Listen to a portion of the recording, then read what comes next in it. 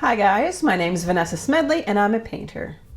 Well, I'm still feeling festive as all get out, as we would say in Oklahoma. So today we're going to paint this nice little gingerbread house right here, just in case any of you guys have the same family tradition that I have of decorating these with the family every year. So let's do this. Here are the materials for today. You can screenshot that or they are listed in the description for you.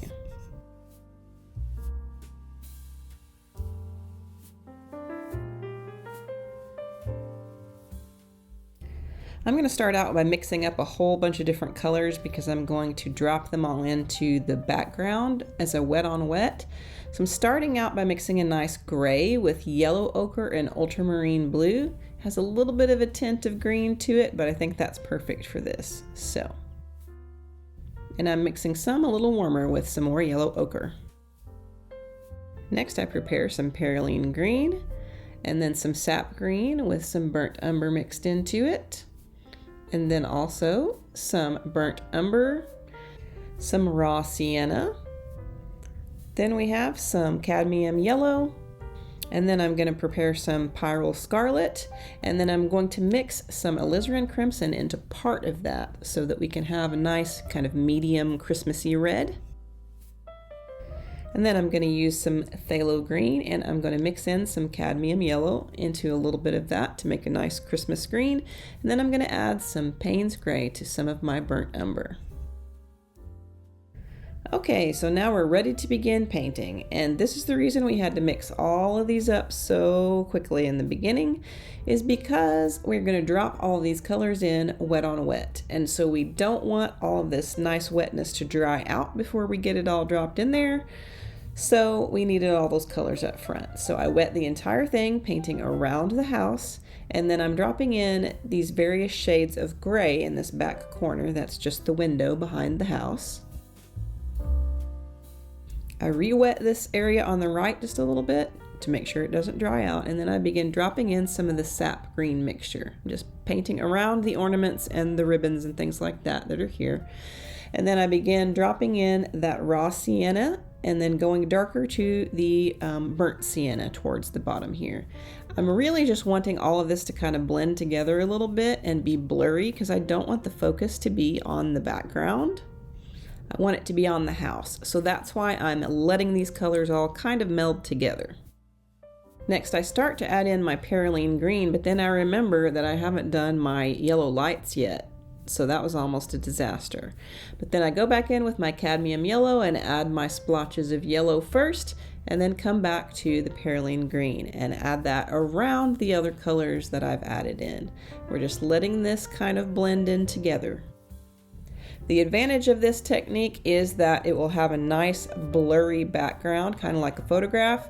The disadvantage is you have to work very, very quickly, and sometimes it starts drying out on you and you have to use a spray bottle to kind of keep it going, which is a little bit risky because it could come into the part of the painting that you don't want it to be blurry.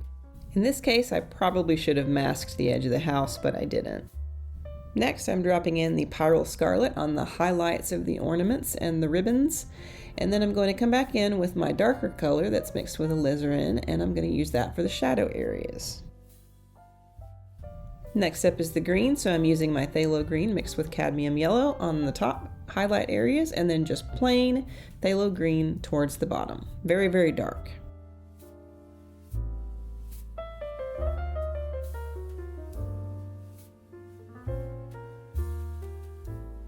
Next, I give it another spray with a spray bottle and then start adding in some very, very dark areas with the very, very thick consistency of the Perylene Green.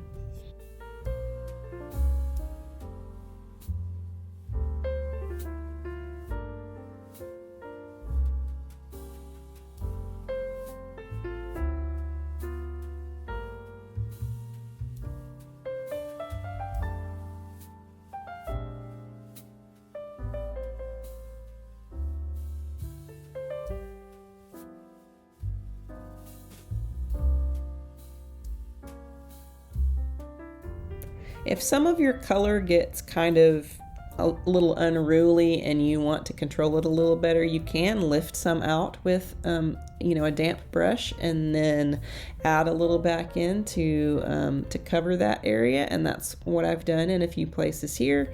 And then I'm adding in some more yellow as well to kind of make that spread and make it look more like light.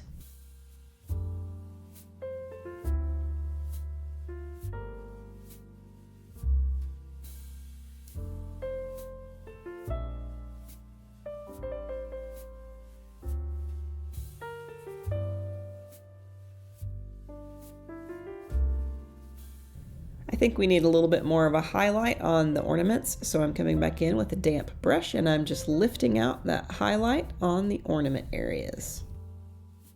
For the highlights in the middle of the lights, I'm actually going to scrunch up a little bit of shop towel and take out the center of the light to make that kind of look like the center of the light where it's brighter in the middle, and it's going to make it look a little bit more like it's actually glowing.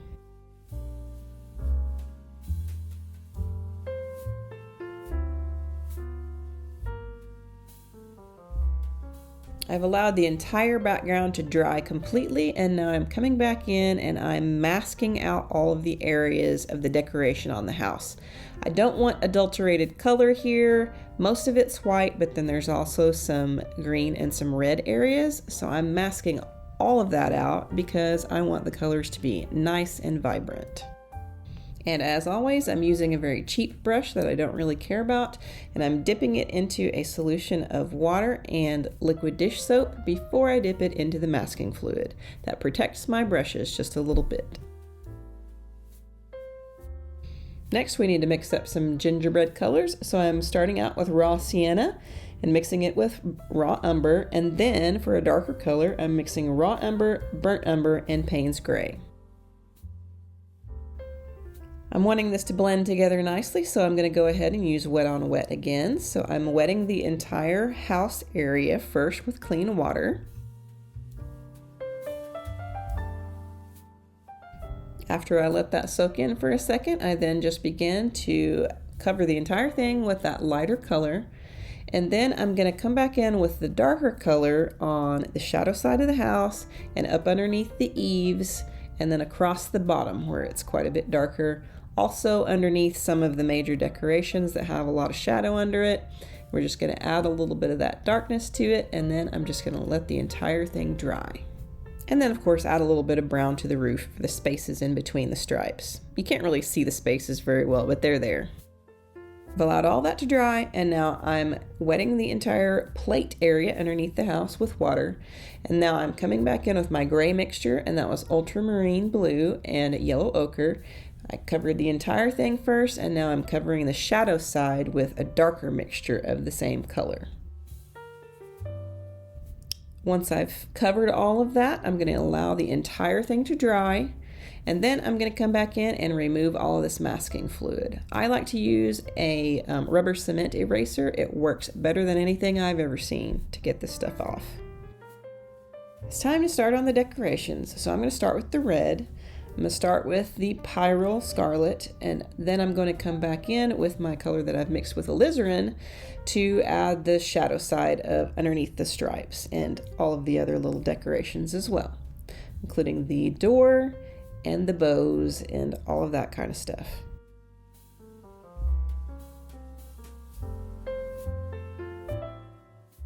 For all of these white details, I'm going to use my same gray that I've mixed up for everything else. That's ultramarine blue and yellow ochre, and I'm just going to add that on the darker side of each one of these things.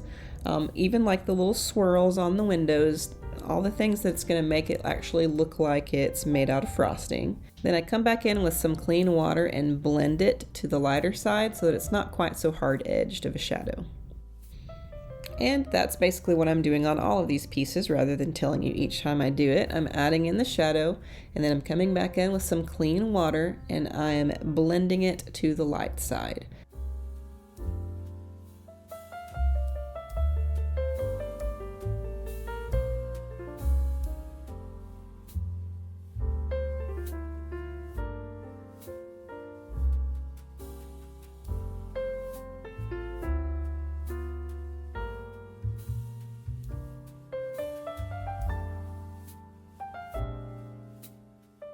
Time to add the green. So I'm starting out with the Pthalo Green and the Cadmium Yellow mixture, and then I add just straight Pthalo Green to the bottom for the shadow areas.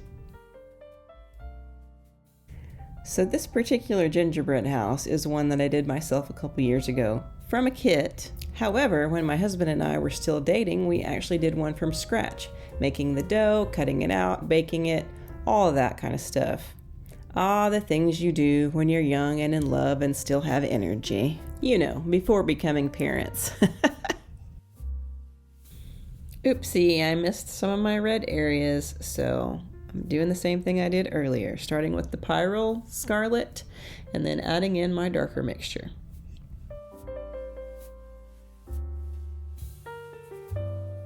And here I add my dark brown mixture for the doorknob and for the little door frame here. For the gumdrops on top, I'm making them a bunch of different colors. You can do it just red and green if you want. It probably looks a little more cohesive that way, but that's not the way that I did this gingerbread house initially. I'm taking my nice dark brown mixture here and I'm adding in the shadows behind all of these icicles. And then eventually I'm going to add all of the shadows around each piece of decoration as well, because that's what's going to make it look like it's not pasted on there. Right now it's all flat, it doesn't have any dimension, but the shadow behind each piece is what's going to add the dimension to this and make it look 3D. So there you go. And I begin to add each shadow around each piece right here. And most of it, or at least the darker part, will be to the left. But there is actually a little bit of shadow on the right. It's just lighter. It's time for random facts about gingerbread houses. Supposedly, the very first gingerbread houses were created in Germany in the 1800s. And according to some researchers, they were directly connected to the popularity of the Grimm's fairy tale, Hansel and Gretel. And even though the house in the story was not actually made out of gingerbread, it was made out of other sweets and types of cake, it became synonymous with the gingerbread house.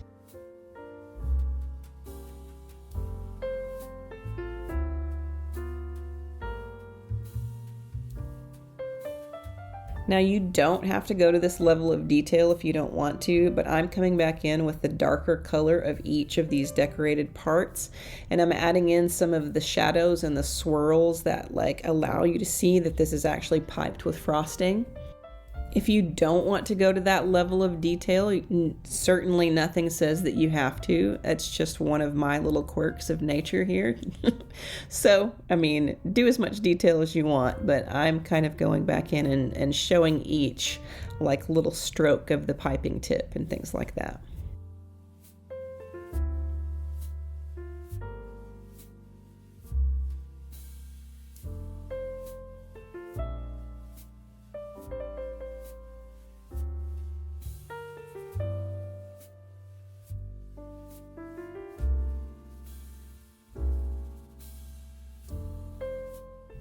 And finally, on the white, I'm just adding more definition like I did the other areas. I'm just using my gray color that I've used for that.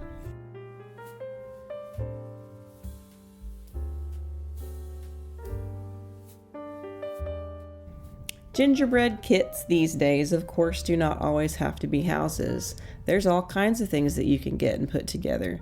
Like previously, I've done one that was from The Christmas Story, that awesome movie. That's one of my favorites. Last year, I did a gingerbread Millennium Falcon from Star Wars. So there's a little bit of insight into my nerd status. Probably not a shocker to any of y'all. So anyways.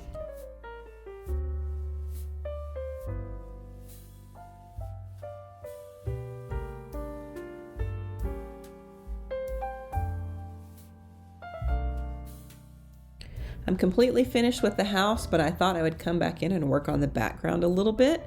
I'm going to emphasize that blurry effect by bringing in some soft pastels. So I'm running that around each of the colors and then I'm blending it out profusely with my finger, and that just emphasizes that blurry effect that I'm going for. Going to do the same thing with the table here with a brown, and then I'm actually going to do also the same thing with that top left corner. I wanted it to be a little bit of a vignette, so I'm darkening up that area and then adding a little bit of warmth back in with kind of a yellow ochre color, blending the ever-loving fire out of it. And here's the finished painting, all dry and with the tape removed and signed and all that kind of stuff.